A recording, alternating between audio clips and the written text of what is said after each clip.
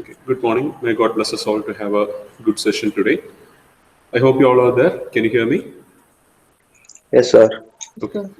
We have completed 9 student presentations and also, including Jaren, 9 presentations, and we have a few presentations left. If we complete that today, we will be covering one round of the subject in its entirety. And we have just 2 more weeks before the exam. And during those days, we can have a revision. That is, I'll be taking this session once again. And also, we will discuss through the question bank so that you can score good marks for CA3 as well as for final exam. I believe your CA3 is to happen next week or next to next week. എന്തായാലും അടുത്ത ആഴ്ച അല്ലെങ്കിൽ അടുത്തതിന്റെ പിന്നത്തെ ആഴ്ച നിങ്ങളുടെ CA3 വരും. അപ്പോൾ ഇന്നുകൊണ്ട് portions cover ചെയ്ത് കഴിഞ്ഞാൽ you can confidently face that exam too. That is what ideally I hope to do, and that's why the instruction was given 2 or 3 days in advance. Now, before we move on, one thing is your CA1 scores നിങ്ങൾ നോക്കിയായിരുന്നോ? നോക്കിയായിരുന്നു sir, നോക്കിയായിരുന്നു. Okay. That is, objective questions is given one weight, and that 2 short essays are given another, and the long essay is given one weight. So, അങ്ങനെ മൂന്നായിട്ട് equally divide ചെയ്തിട്ടുണ്ട് marks, and that is given. I think almost 4 or 5 of you have scored low marks. Otherwise, ബാക്കിയുള്ളൊരു വലിയ കുഴപ്പമില്ലാതെ score ചെയ്തിട്ടുണ്ട്. And regarding your CA2 exams, it should happen this week. ഈ ആഴ്ച എല്ലാവരുടെയും CA2 exams നടക്കും. Now, I'm putting one choice before you. Either today means ഇന്നിപ്പോൾ class എല്ലാം കഴിയും, അപ്പോൾ ഇന്ന് തന്നെ നിങ്ങളുടെ മനസ്സിലുണ്ടാവും, ഒന്നെങ്കിൽ ഇന്ന് തന്നെ എക്സാം നടത്താം, or we will have the exam on Saturday. Which one do you prefer? You can give your preference in the chat. ഒന്നെങ്കിൽ ഇന്ന് ക്ലാസ് എല്ലാം കഴിഞ്ഞ് പഠിക്കാനും സമയം തന്നിട്ട് വൈകിട്ട് നടത്താം, so that it's done and dusted. ഇന്നുകൊണ്ട് പരിപാടി തീർത്തു വിടാം, അല്ലെങ്കിൽ സാറ്റർഡേയിലേക്ക് വെക്കാം. അത് നല്ലൊരു ഐഡിയ ആണ്. ഇന്ന് ടൈം തന്നു കഴിഞ്ഞിട്ട് നമുക്ക് ഇന്ന് തന്നെ നടത്താം. അത് തന്നെ സാർ, ഇന്ന് വൈകിട്ട് രാത്രി നടത്താം. 7 മണിയാകുമ്പോൾ സാർ അത് ഡിസ്ക്രിപ്റ്റീവ് ആയിരിക്കുമോ? മിക്സഡ് ആയിരിക്കും. മിക്സ്ഡ് ആയിട്ടേ വരുള്ളൂ. ഓക്കെ. ബാക്ക് ഓപ്ഷൻ കൊടുക്കാൻ പറ്റുമോ സാർ? ഇല്ലില്ല. ആണല്ലേ. Anyway I cannot monitor you. എനിക്ക് നിങ്ങളുടെ വീഡിയോയിൽ മോണിറ്റർ ചെയ്യാൻ പറ്റത്തില്ല. അപ്പോൾ ഇത്രയെങ്കിലും ഒക്കെ കൺട്രോൾ ചെയ്യാൻ പറ്റിയില്ലെങ്കിൽ പിന്നെ ഇങ്ങനെ ഒരു എക്സാം ഒരു വിശ്വാസമേ ഇല്ല. അതല്ലേ ക്വസ്റ്റ്യൻ ആദ്യം വരുമ്പോഴേക്കും പിന്നെ ലെങ്ത് അങ്ങ് കൂടി പോകും. എന്റെ പറ്റിയത് അങ്ങനെ. എനിക്ക് 5 MCQ അറ്റൻഡ് ചെയ്യാതെ That is it's a thing of time management. Good morning, sir. നന്നായി. Okay, out of 18, 8 have said today. രണ്ടുപേരും കൂടെങ്കിലും പറഞ്ഞു കഴിഞ്ഞാൽ we can finalize. അത് തന്നെ മെജോറിറ്റി പറയട്ടെ. രണ്ടുപേരും കൂടെ പറ. ആകെ 13 പേര്. ടുഡേ 9 പേരായി. എന്താ പറയണ്ടേ? നീ ചുമ്മാ ടുഡേ എന്ന് പറഞ്ഞാൽ മതി. ടുഡേ അതെ 10 ആയി. 11 12 അടിപൊളി. കുറെ ഒരേ ടുഡേ. ഓക്കേ സർ, വിജയിച്ചു. So fixed today, so we will have the exam at 7 PM today. Okay. Today Elementary case study. എന്താ സാർ കേട്ടില്ല? ബെനാഞ്ചറി ഐസ്ക്രീംസിന്റെ കേസ് സ്റ്റഡി വായിച്ച് ഓർക്കുന്നുണ്ടോ? ഓക്കെ സാർ, ഓർക്കുന്നുണ്ട്. Please go through that also once again. That will also help you for your exams. അതിന്റെ അകത്തും question ഉണ്ടോ? അതിന്റെ അകത്ത് ഡയറക്റ്റ് ആയിട്ട് ക്വസ്റ്റ്യൻ ഇടുകയല്ല, പക്ഷേ കേസ് സ്റ്റഡി വായിച്ചാൽ മതി. അതിന്റെ അകത്തുള്ള ഇൻസൈറ്റ്സ് വെച്ചിട്ട് ഇടുന്നുള്ളൂ. there is no direct question from that. Okay sir. ഇനി പുതുതായിട്ട് വായിച്ചില്ലെങ്കിലും കുഴപ്പമൊന്നുമില്ല. അന്ന് ഞാൻ എല്ലാവർക്കും വായിക്കാൻ തന്നിരുന്നു. മനസ്സിലാവുന്നില്ല, കുഴപ്പമില്ല, ഒന്നും കൂടെ നോക്കി വെച്ചാൽ മതി. അതിന്റെ അകത്ത് ഡയറക്റ്റ് ആയിട്ടുള്ള ഒരൊറ്റ ക്വസ്റ്റ്യൻ പോലും ഇടത്തില്ല, പേടിക്കണ്ട. But that can help you write the exam, that's all. In attending the essay questions, it may help you. അതിന്റെ അകത്തുനിന്നുള്ള ബെനാഞ്ചറി ആയിട്ട് ബന്ധപ്പെട്ടോ അല്ലെങ്കിൽ ഐസ്ക്രീം ഇൻഡസ്ട്രി ആയിട്ട് ബന്ധപ്പെട്ട ക്വസ്റ്റൻ ഒന്നും കാണുകയില്ല. But it will help you write the strategies. കുറച്ചും കൂടെ നമുക്ക് മനസ്സിന് ഓപ്പണിംഗ് തരും, that's all. Even for your final exams, it may help you. Okay. So that's it. Let's move on to the പറയാനായിട്ടില്ല. Today must be used for completing student presentations, and representatives, I require your help for that. That is Joby, Nidhi and Tony. നിങ്ങളുടെ ഗ്രൂപ്പിൽ എല്ലാവരും ഇന്ന് present ചെയ്യുന്നു എന്നുള്ള ensure ചെയ്യാൻ. Ankush from your group, Dhoni is pending, and Fight from your group, Honey is pending. Sir, I'm ready today. Okay. Sir, I can't hear. 5 minute കൂടുതൽ ആകുകയാണെങ്കിൽ 5 minute ആകുമ്പോൾ ഒരു വാർണിംഗ് കൊടുക്കുക, 7 മിനിറ്റ് ആകുമ്പോഴത്തേക്കും you have to stop. So and Yes, sir. you are noting the order of presentations, right? Yes, sir. I will do. So I hope you will check that also. 5 minute ആകുമ്പോൾ ഒരു വാർണിംഗും 7 minute ആകുമ്പോഴത്തേക്കും നിർത്താനും പറയാം. That's enough. Okay. Okay, sir. Okay, so we'll start with the presentations. It's 8:50 on my system. We will take a break at 9:40. 9:45, sorry, 9:45. Okay, sir. Okay. Thank you. We will start. I prefer to go in the order. എന്തെങ്കിലും കുഴപ്പമില്ല, ബാക്കിയുള്ള നിങ്ങളുടെ ഇഷ്ടം പോലെ. I'm ready to do. If Donnie is doing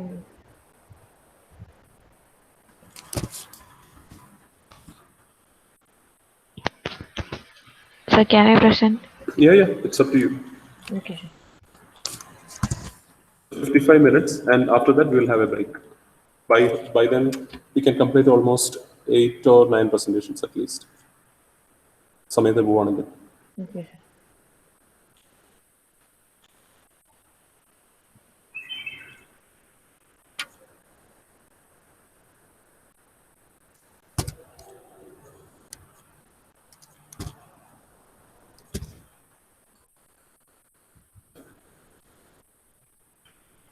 Sir, present ചെയ്ത് കാണാമോ? ഇല്ല, present ആവുന്ന ഒരു സാധനം ഉണ്ട്, അത് കൊടുക്കണം. Okay. And dear students, please listen. ഇന്ന് പഠിക്കുന്നത് ഇന്ന് തന്നെ നിങ്ങൾക്ക് എക്സാമിനും അപ്ലൈ ചെയ്യാനുള്ളതാണ്. So please listen attentively. ഈ എൻ്റെ സ്ക്രീൻ എന്ന് പറഞ്ഞ സാധനമല്ലേ സർ കൊടുക്കണ്ടേ? ഷെയർ ചെയ്യാൻ സമ്മതിക്കുന്നില്ല.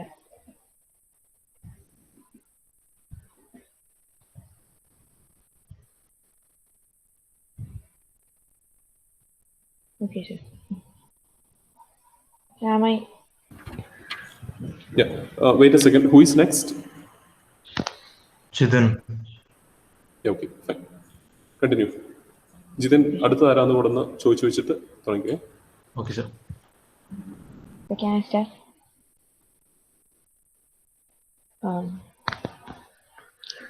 Hi, friends. Good morning to all. Am I audible to you guys? Yes. Okay. Today we are going to look at the various types of leadership styles, and these are based on all my questions. And first leadership style that I have actually conducted the whole thing into a bullet point, so it is very easy for you to understand. First, we are going to see about the participative leadership style.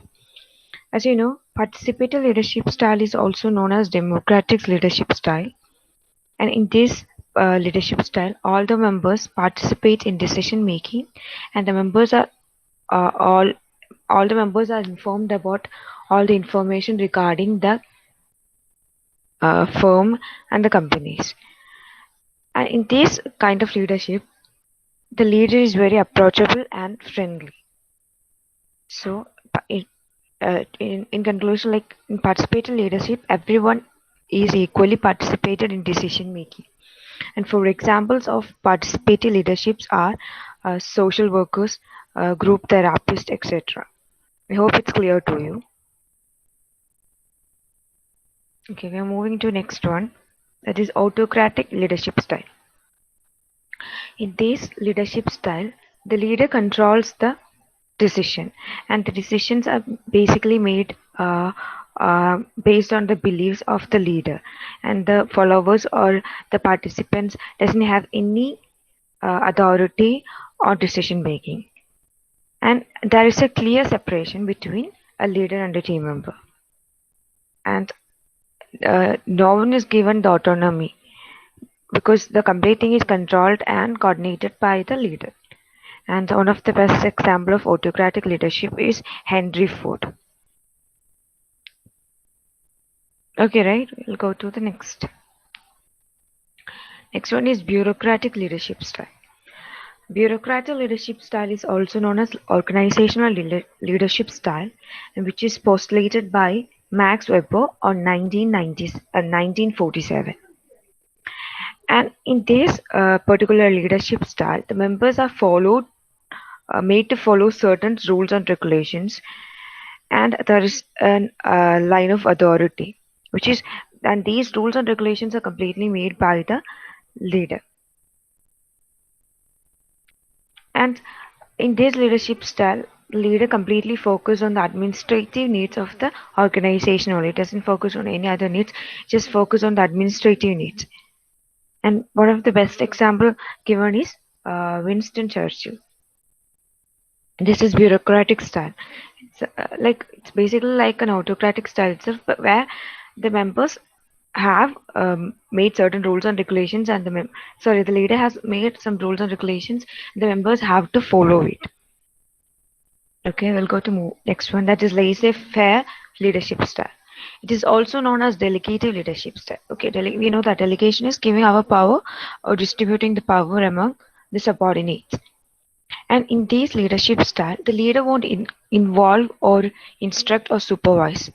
Like the complete authority is given to the members. The members can make decisions from their experience, from their knowledge, from their skills.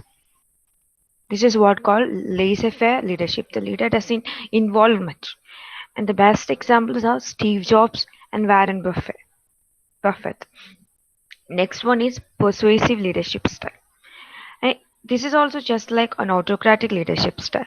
And here the leader make decision, and the leader itself persuade the followers to think that the decision is correct. Persuasion, you know that, right? Persuasion is like making other people think something is correct, in persuading them to do that. And the leader in this, it is very important that the leader has a knack for convincing others to follow him or her, because she or he is entertaining or likable. Like there is a charisma, some kind of thing that make the followers to do a certain things. Just like an autocratic leadership, but even the followers doesn't know they have been influenced by. There is an influence of leader among the members. And these are what my questions are. Okay. 5 minutes now. Tanvi. Okay, you have 2 more minutes. Okay, I'm done with this. These are the things we want to study, just about the different kinds of leadership styles and their difference. Even like you can know from this PPT, you can know, right, what are the difference. So I'm done. Is there any doubt? Hello? No. It's good. It was Correct, right? Okay, right? okay. Okay, thank you so much. Have a nice day. Okay, thank you, honey. One more thing. Once your presentation is over, please share your PPTs in your group. You may not share it in Griffin's. നിങ്ങളുടെ private group share ചെയ്താലും മതി, so Okay, that sir. others can use it for studying. Okay, sir. Thank you. All of you. So can I start? Yes, Jithin. എന്നോട് ചോദിക്കാൻ നിൽക്കണ്ട, ഒരാളുടെ കഴിയുമ്പോഴത്തേക്കും you can start. You can just continue. Yes. അതേ സമയം എത്രയും പെട്ടെന്ന് തീർത്താൽ നിങ്ങൾക്ക് അത്ര എളുപ്പം.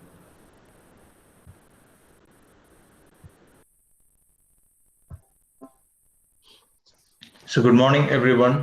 Let's move on to the first question. What do you mean by Generation X and Generation Y?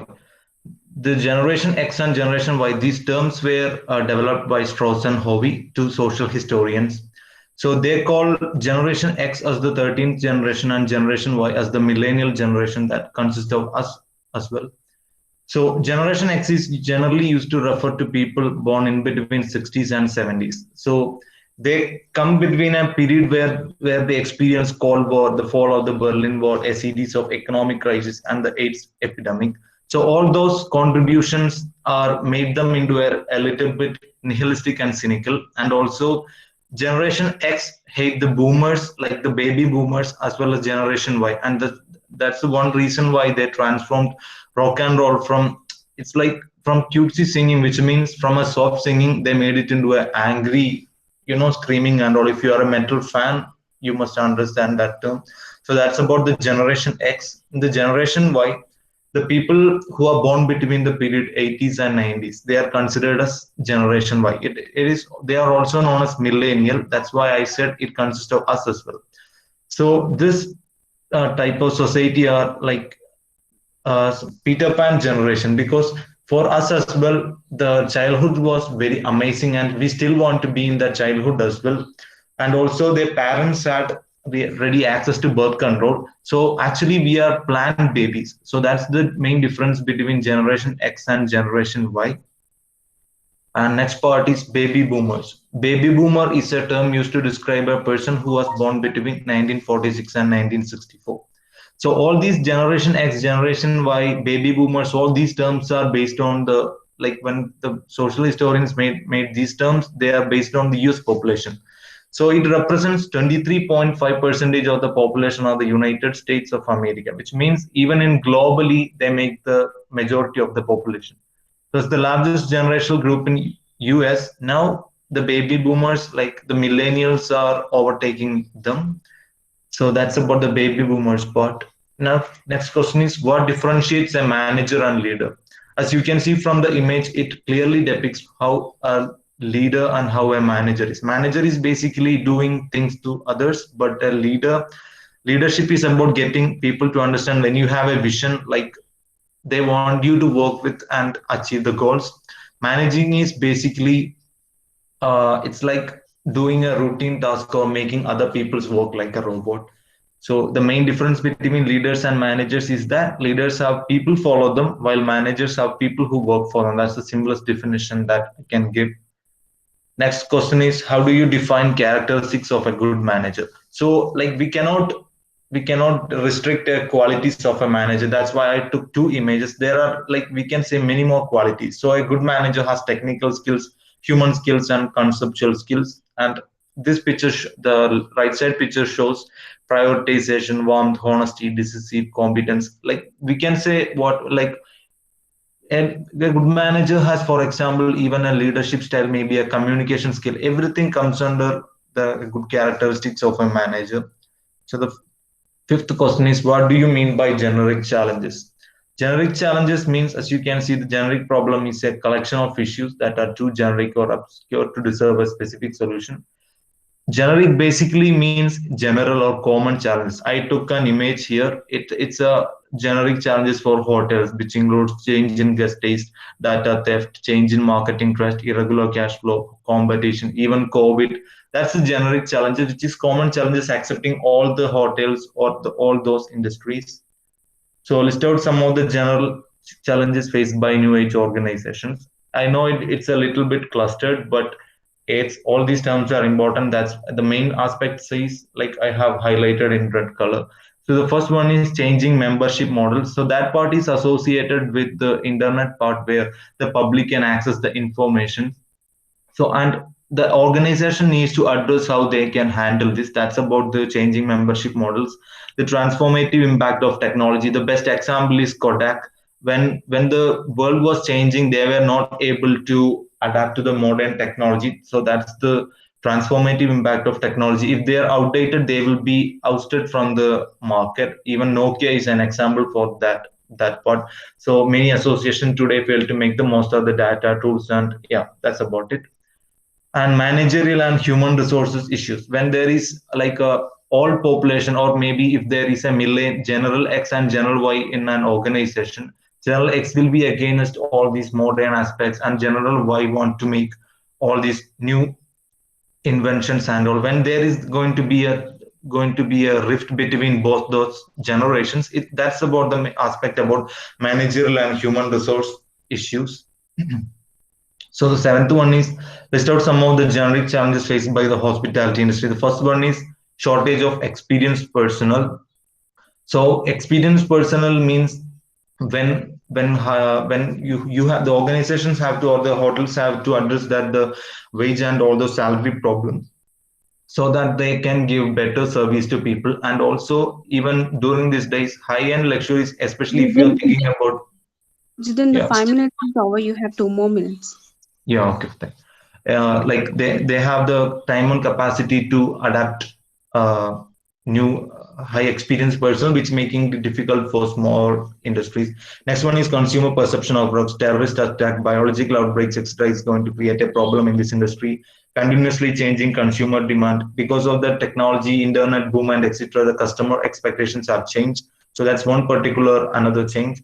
Uncertainty in international travel. If we are looking in the light of COVID, we can say that. The next one is list out some of faced by education institutions, time consumption in developing content, technological infrastructure and its related problem, lack of motivation in students. All these problems are even we are experiencing because of the online I put this in the basis of the online basis only. So that's about that. And explain strategic diversity leadership. Strategic diversity model is a powerful dynamic model, which means basically dynamic means it's changing and it depends upon the situations. And all these organizations recently they have a lot of complex environments, organizational politics. So strategic diversity means like when that situation occurs, we have to adapt a new strategy. And in the diversity aspect, it means like including everyone in our organization. So that's about it. I hope I made it all the terms clear. So thank you so much. You're welcome, Jivan.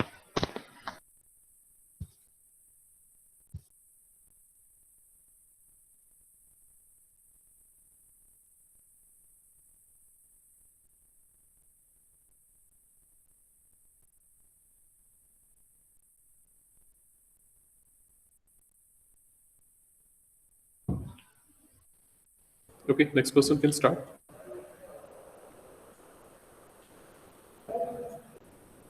Yogi. After Joby, it's Joel, right? Yes, sir, in the roll number wise.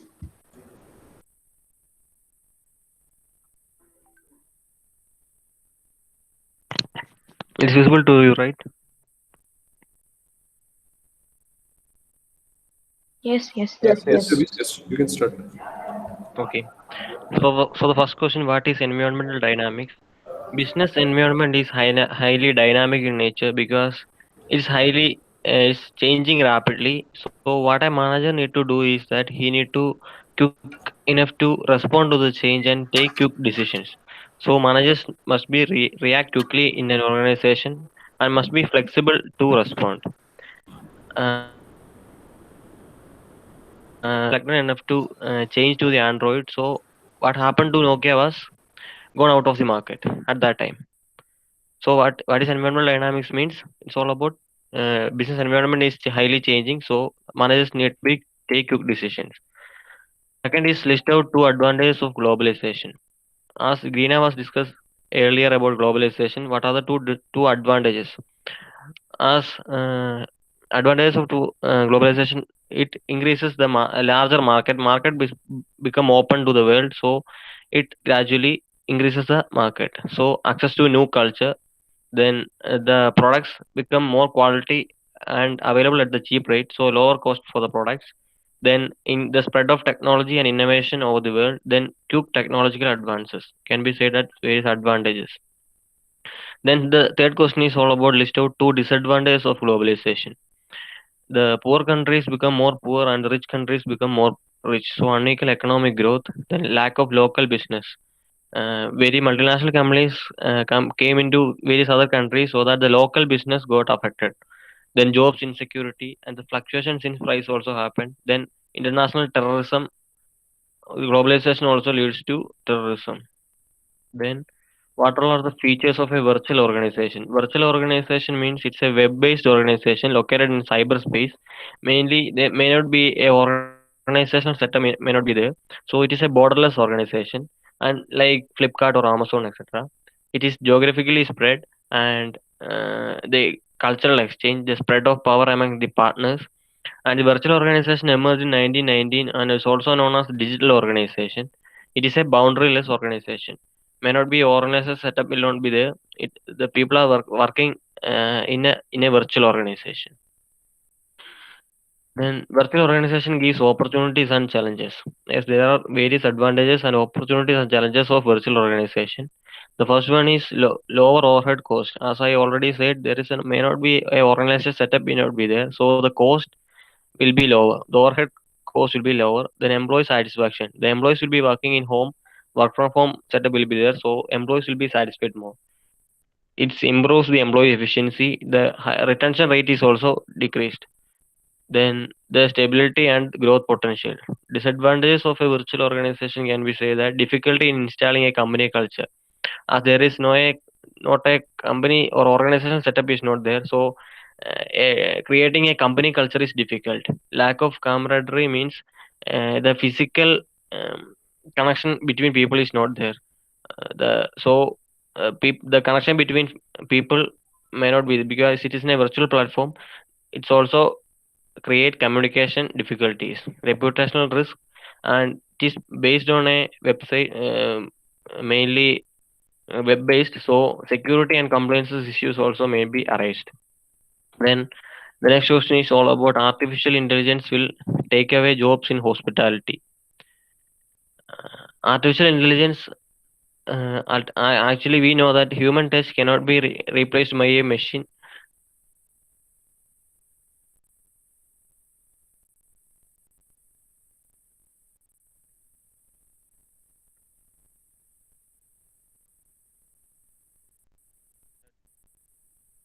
Hello. Hello hello പറഞ്ഞോ. Okay. Continue.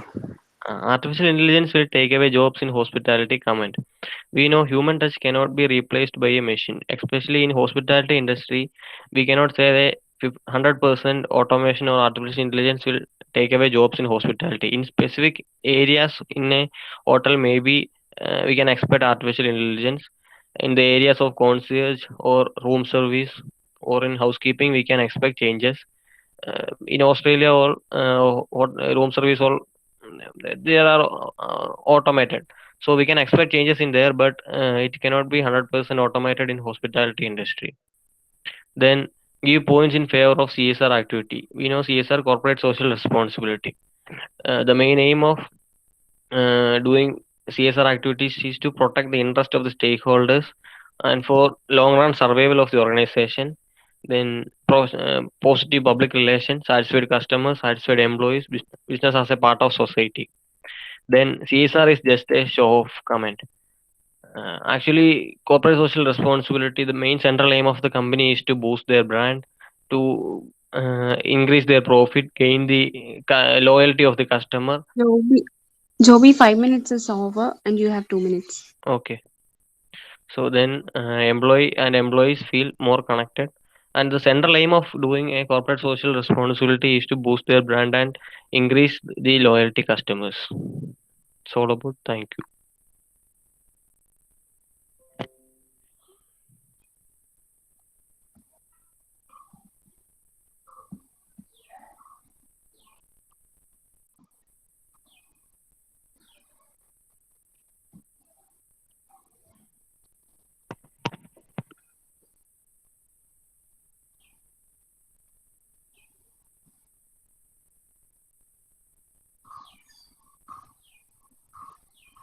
Visible, right? Yes, Joel. Okay, thank you. It's not in So presentation mode. my topics are Okay. It's okay. ഇപ്പോൾ okay ആണ്, കുഴപ്പമില്ല. okay. My topics are closely related to what Jovi has said. So part A and part B, it's all linked with CSR, business ethics, and economic climate. So we're going through a slow run.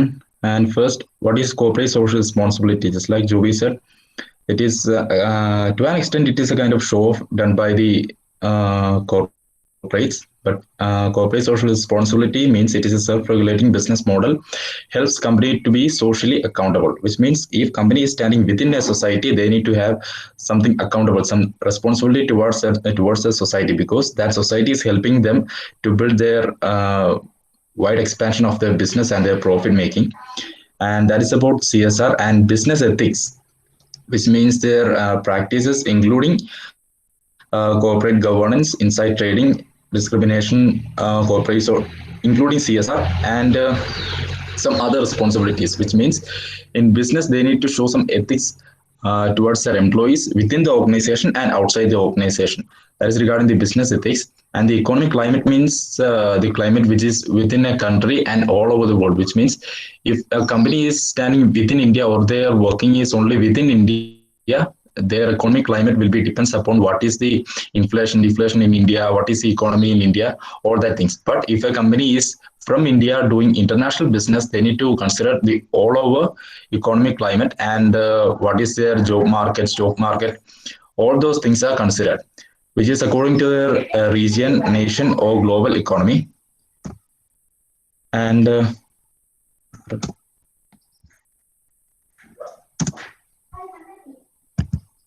Okay. So this is in the part B.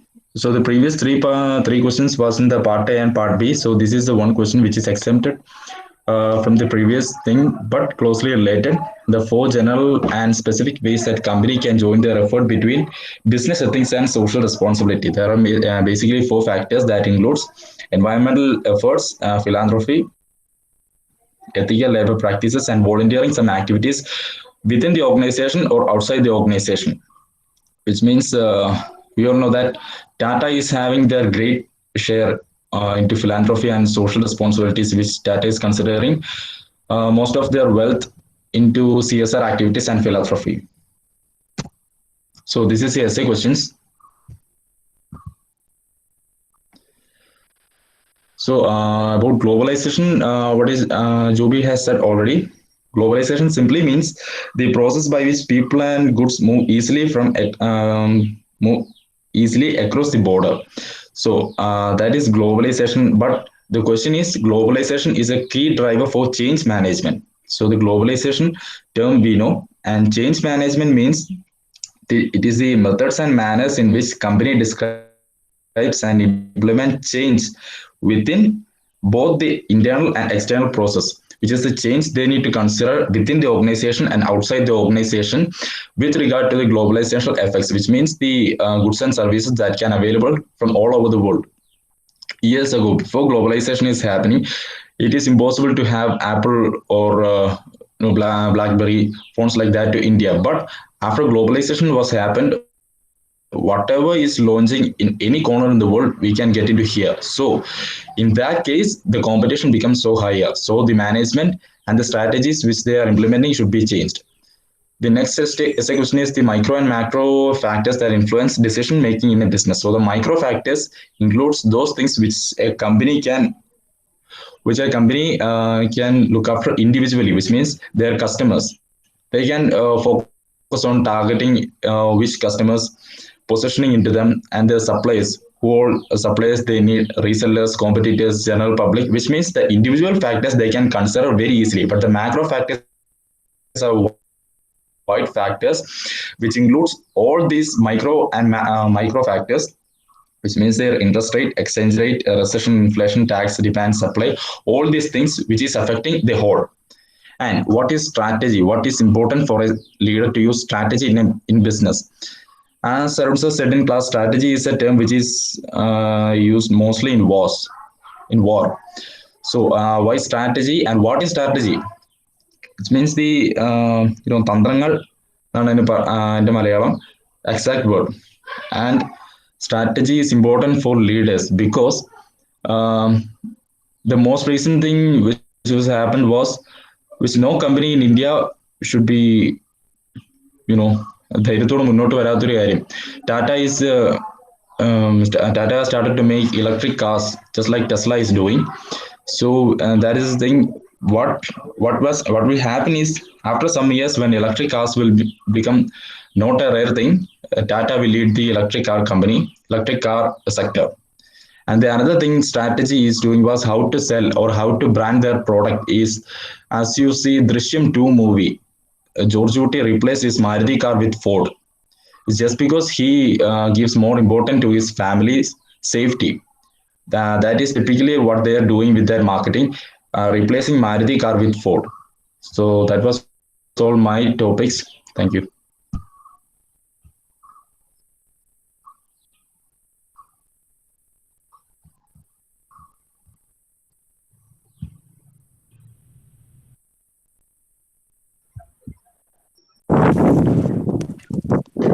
Naina? So, Yep. yes, sir. Yes, let's just start. Okay. So, over to my topic.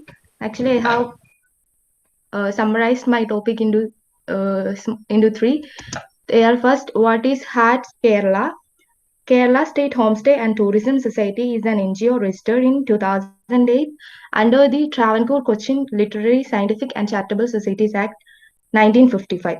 The main objective of the society are to act as a consortium of homestay and tourism promoters for effective coordination in the state and to act as a mediator with the government, NGOs, etc. in the important matters relating to the business affairs of the homestays and serviced villas. That is what about Hats Kerala. Then, what is interim leadership? The act of leading a group of people in an organization for a short period of time. The word interim means temporary, and the word leadership means leading a group of people. So, altogether, interim leadership means uh, leading a group of people for a temporary time or for a short period of time. Then this usually takes place when there is a sudden change in a manager and unavailability of a perfect fit for the position. And in the meantime, there will be an interim leader to manage that position who has been trained well for the same. He or she will lead the group of people in the organization until the new manager arrives. It will usually take place for less than a year. Then, what is e-leadership? E-leadership is the leadership through technology. E-leadership is a social influence process mediated by technology to provide a change in attitudes, feelings, thinking, behavior, and performance with individuals, groups, or organizations to direct them toward achieving a specific goal. This is what we see through medias and all nowadays. So these are, on a nutshell, these are the three main topics in my question, which was given to me. And then I'll be sharing in the group um, a PDF where all the questions are well explained, like what is e-leadership, leadership, interim leadership, and has Kerala and globalization. About globalization, I think already Joby and Joy has mentioned about globalization, which means bringing all the stuff in the world, all the things in the world together. Then does ethics really matter for companies? Of course, ethics really matters for companies. That's what happens with Victoria's Secret company, which was a globally emerged company. Due to some ethics reasons, the customers have avoided or gone back from choosing the products by Victoria's Secret company. That's why their sales has decreased for the past years, in between the past 4 years. Then, like in a hospitality, we can say an example of an interim leader. Suppose an HR manager resigns or changes, then in the meantime, the assistant HR manager will take the place until a new fit comes. Then, like how Lulu Group is taking advantage of globalization is like actually Lulu Group has the main property of Lulu Group is malls. In the malls, in Lulu Group malls, there is we can find all the things in the world in just there in this just the mall of Lulu Group, all the main things. Then the advantage, need, and challenges of interim leadership are explained. I think it will be better to read this PDF. I have already shared this in the group. So that's all about my topic. Thank you.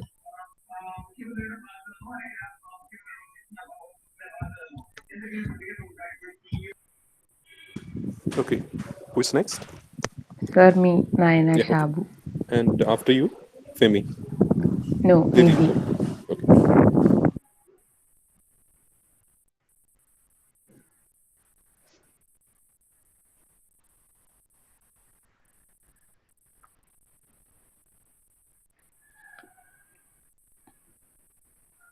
It's visible, right? My PPT. Yes. Okay. So let me start. Transitional leader. A transitional leader who is appointed by the organization at a challenging or difficult stage of the Can you be a little more louder, organization. Naina? Yes, sir. Hello. Yes, yes. Transitional leader is a person who is appointed by the organization at a difficult or challenging stage of the organization, like at the time of restructuring, sales, turnaround, or at the time of acquisition or expansion. So next one is why we need leaders and leaders than managers. So this few difference between leaders and managers are already discussed by Jitin. So in short, if I say leadership is a team game, and true leaders make great team players because of their ability to understand and connect with people around them. Being a manager is a job. Managers implement the practice of the organization. Strategies for developing leaders. So first point is learn to recognize potential, identifying emerging leaders who can step in and fill critical roles when necessary. Push people out there from their comfort zone is a strategical way to develop leaders. Then other point is get help finding high potential leaders. Make sure your manager are also on the lookout for the best and brightest in the organization. Sell your vision. So employees should understand the vision of the organization and they should work upon that. Then next point is provide opportunities for leadership development. The current managers should provide opportunities for the employees to develop their leadership skills. And next point is monitor, measure, and reward. The managers should uh, keep a eye on the performance of the leaders. We should understand the performance and we should reward them for their best performance, or they should be given feedback to improve their performance. Support through coaching. So coaching is a developmental way in which employees can improve their skills and knowledge. Methods of developing manager leaders. So first one is formal training. Organization often offer formal training programs to their leaders. Traditional styles provide leaders with required knowledge and skills in a particular area using coursework, practice, feedback. This traditional lecture-based classroom training is useful, but at times the questions of leaders' ability to understand questions leaders' ability to transfer the information from a training environment to a work setting. So next one is developmental job assignment. Following formal training, organizations can assign leaders to developmental jobs that target the newly acquired skills. A job that is developmental is one in which leaders learn, undergo personal change, and gain leadership skills resulting from the roles, responsibilities, and tasks involved in that job. Developmental assignment challenges leaders' new skills and pushes them out of their comfort zone too. And 360-degree feedback, this we have already studied before in our HR class, I think. It systematically provides leaders with perceptions of their performance from a full circle of viewpoints, including from the subordinate, superiors, leaders, etc. And next, one more point was there, coaching. Coaching is a leadership coaching focus on enhancing the leader's effectiveness along with the effectiveness of the team and organization. It involves assessments, challenge, and support. Although the goal of coaching is sometimes to correct a fault, it is used more and more to help already successful leaders to move to the next level of increased responsibility and new complex challenges. Self-directed learning. Using self-directed learning, individual leaders teach themselves new skills by selecting areas for development, choosing learning avenues, and identifying resources. Leadership development models describe this model can be understood by dividing them into two parts. The first part involves assessment, then support, and challenge. Assessment lets leaders know where they stand in area of strength, and challenging experience are one that stretch leaders' ability to work outside of their comfort zone. Support which Naina, comes in form of yes, Naina, you have 2 more yes, minutes. yeah, okay.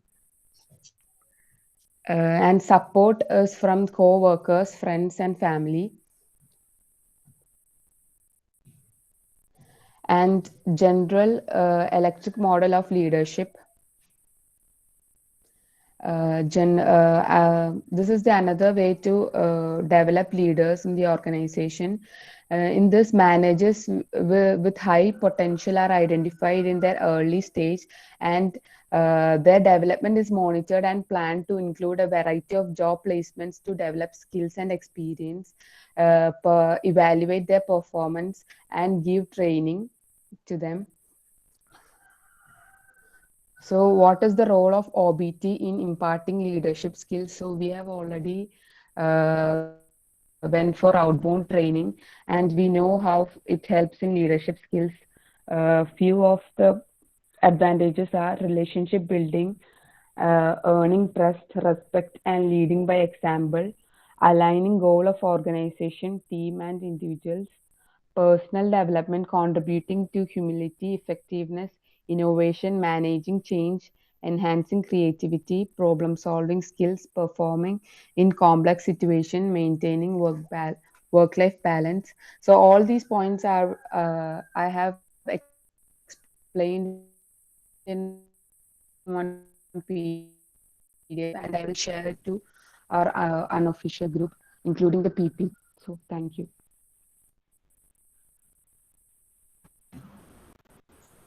Thank you, Naina. So far, all of you are doing it. Sorry, am I audible? Yes, sir. Sorry. Yes, sir. Um, Yes, sir. Yes, sir. There is Nidhi. so far, all of you are doing it well. It's fine. So I think Niti is not here. She has gone for COVID test. So over to Femi.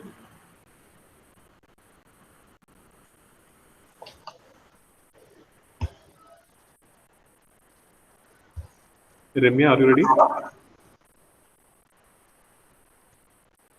Sir, no, sir. After Femi, it will be Remya. Yes, sir. Sir, I'm not. And then Steffi. Steffi, I'm going to get the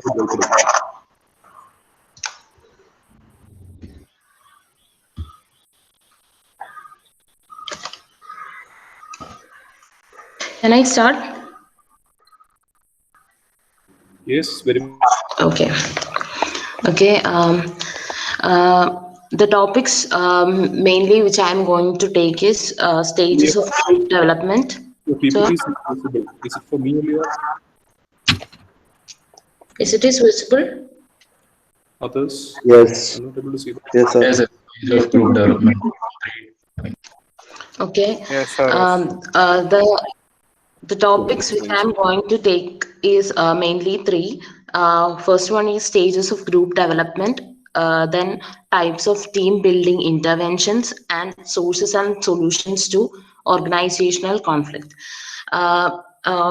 These three topics we have learned before also. So then I think all of you are familiar with it.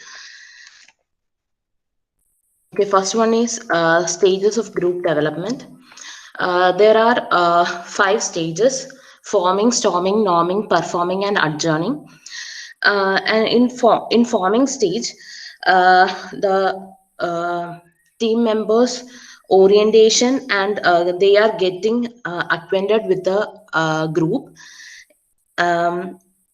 In this stage, there will be high uncertainty, and the people in the group will be looking for more leadership and authorities. Then second one is storming stage. This is the most difficult and critical stage which has to be passed through. In this stage, the team members will will met with conflicts, competitions as individual personalities, and here in interpersonal differences will be occurred, and people will come into conflicts. Then next one is norming stage. In this stage, their roles will be defined. That means members of the group establish rules about how they will achieve their goals, and they will have a view how to achieve their group goals. Their interpersonal differences begin to resolve in this stage. A cohesion and a unity will emerge in this norming stage. Next one is performing stage. Cooperation, and they will have a well-defined structure, and to work on their team, and they will be achieving their goals. In the adjourning stage, the project will be the task will be completed, and they will be making reports on their efforts and results, and the team will be dispersed. These are the 5 stages in stages of group development. Then next one is team building interventions. There are mainly 4 team building interventions. They are personality based team building, activity based team building, skill based team building, and problem solving based team building. In personality based team building, they will be focusing in improving interpersonal skills among the team members. One of the example for this is Myers-Briggs personality test and all. They will be focusing mainly on improving interpersonal skills in personality based team building. Second one is activity based team building. Here, team members participate in physical challenges such as playing games, hiking, and all. And this intervention mainly focuses on teamwork, problem solving, trust, and risk taking. Then third type is skills based team building.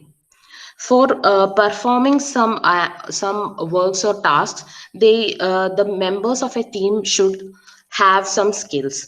So in this skill based team building, the members the members will be given the opportunity to learn and practice their team skills, such as leading a team meeting, reaching group cohesions, and improving team communication, resolving conflicts, and all these skills will be acquired in this skill based team building intervention.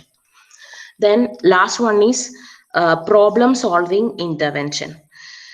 Here in this stage, all team members meet at an off-site location with an outside facilitator, and they will not be engaged in their daily works.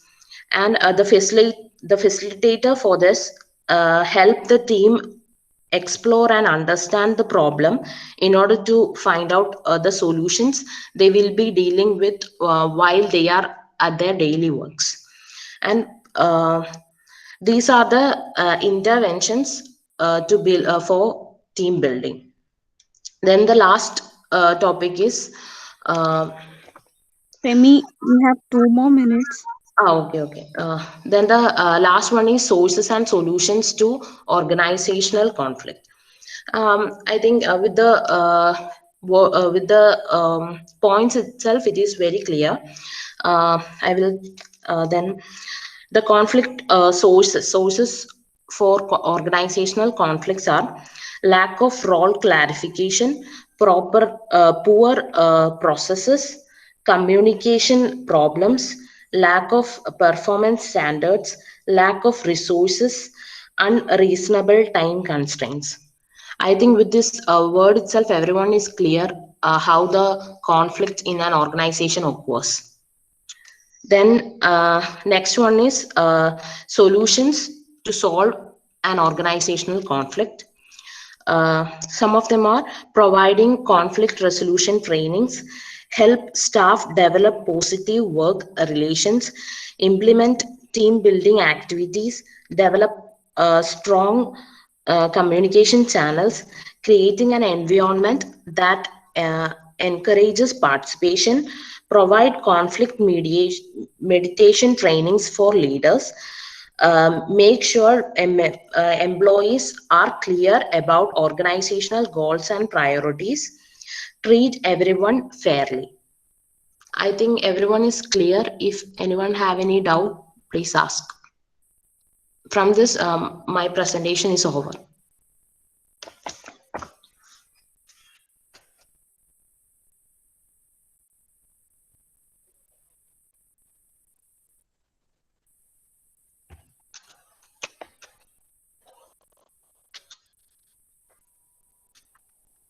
Hello.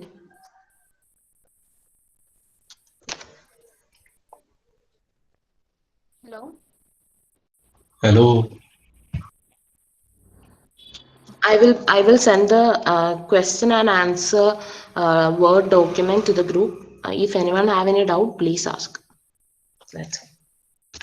Okay. Can anyone see my presentation? Your screen, not your presentation. My screen. Is it visible?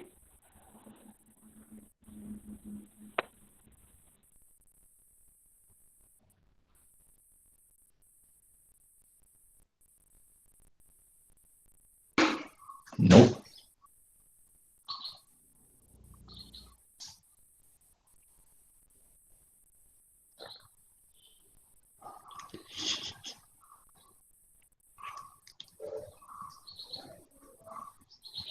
Hello. Yes, it is.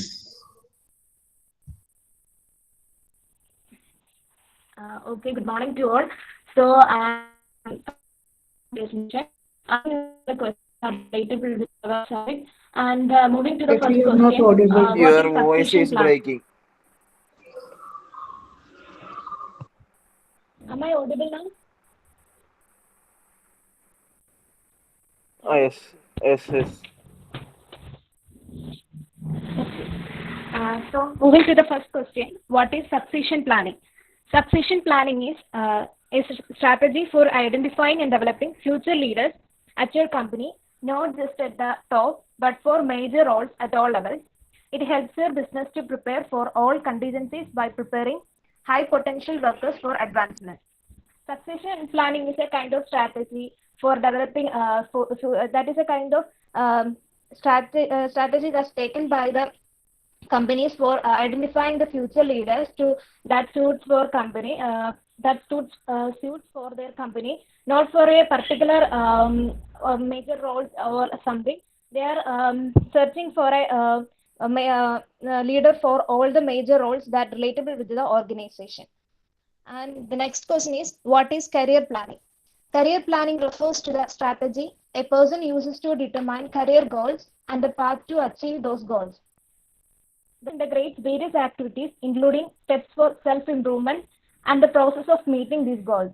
It is important to come up with your career planning as it gives you the much needed direction and make it clear there where you see yourself in future. It makes you aware of your strengths and weaknesses and skills and knowledge that are required to achieve your goals in future. Hello, can you hear me? Hello? Yes. Okay. Am I audible? Yes.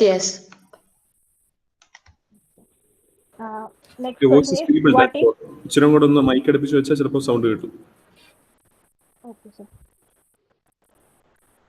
So moving to the third question, what is restructuring? Restructuring is when a company makes significant changes to its financial or operational structure, typically while under financial dues. Companies may also restructure when preparing for a sale, buyout, merger, change in overall goals, or transfer of ownership. Restructuring is when a company makes significant changes to financial operational structure. That is, if they need some kind of preparing for a sale or starting for a new venture, and think some kind of things that happens in an organization, they will restructure the things that happens in the company. This is the short answer questions, and moving to the next question. What are the major OD interventions and legislations lead to destruction of industries? OD interventions are the building blocks, which are the planned activities designed to improve the organization's functioning through participation of the members of the organization. Some OD programs may use only one or a few of these interventions, while other programs may use several of them simultaneously. For an example, OD interventions like diagnostic activity. The activity involves collection of all the pertinent information about the state of the organization. That is, if there is any problem happens in the organization, the head of the departments will take a feedback from their employees as well as from the people who are they dealing with. There is also that is kind of a OD interventions that a organization sometimes taking. I briefly give an explanation about this question, but I didn't get an example right about related with this question, and I will explain this example in some more time. And the next question is what are the reasons for change in laws? The main functions of the law is to ensure social cohesion and to allow individuals to live together in peace. In theory, social cohesion will only exist when people recognize the authority of the law. Therefore, society changes, so too must the law in order to maintain cohesion. There are a number of social, cultural, economic, and political changes which lead to the need for a change in the law. Some of the reasons for the change in laws are changing community values, changing expectation of the legal system, changing community awareness, and changing technologies, international relations. In changing community values, as the values of the society changes, so too must the law, otherwise the law does not reflect the society it governs. For instance, the Family Law Act of 1970 was introduced partially to make divorce more accessible to married couples. In changing expectation of the legal system, historically, communities have expected the law to regulate behavior. Am I audible? Yes, Hello? Steffi. Yes. Then changing expectation of the legal system, federal and state parliaments have introduced Steffi, you have 2 more legislation minutes. to. Okay. So, moving to the next question, what are the reasons for restructuring? This also I explained before, but it was explained in a long way. Restructuring can be driven by a need for change in the organization structure, financial adjustment to its asset and liabilities. Frequently, it involves both. Companies restructure for a variety of reasons. One is to reduce costs, to concentrate on key products or accounts, to incorporate new technology, to make better use of talent, to improve competitive advantage, to spin off a subsidiary company, or to merge with another company. The essential reasons for organizational restructures are as follows.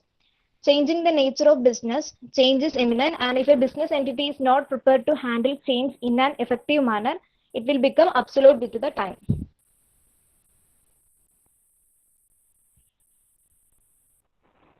Next question, how to implement TQM in an organization. TQM is Total Quality Management. It's a participating systematic approach to planning and implementing a constant organizational improvement process.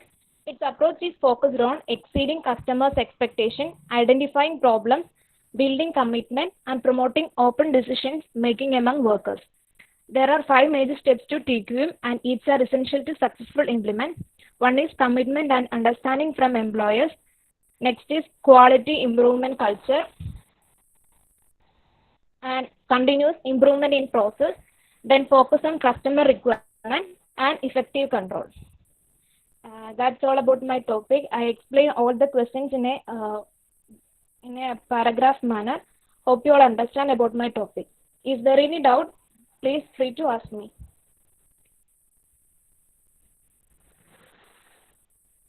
Hello?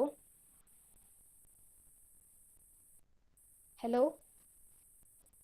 Yeah, Steffi. Is it Per clear, person. sir? ഇല്ല ഒന്നുമില്ല. Good. Very good.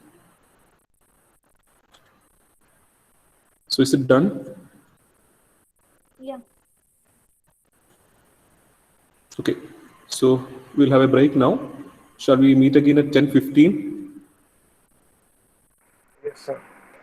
Yes, sir. 10:20. Okay. 9:15. Okay. We'll start at 10:20. 30 minutes break.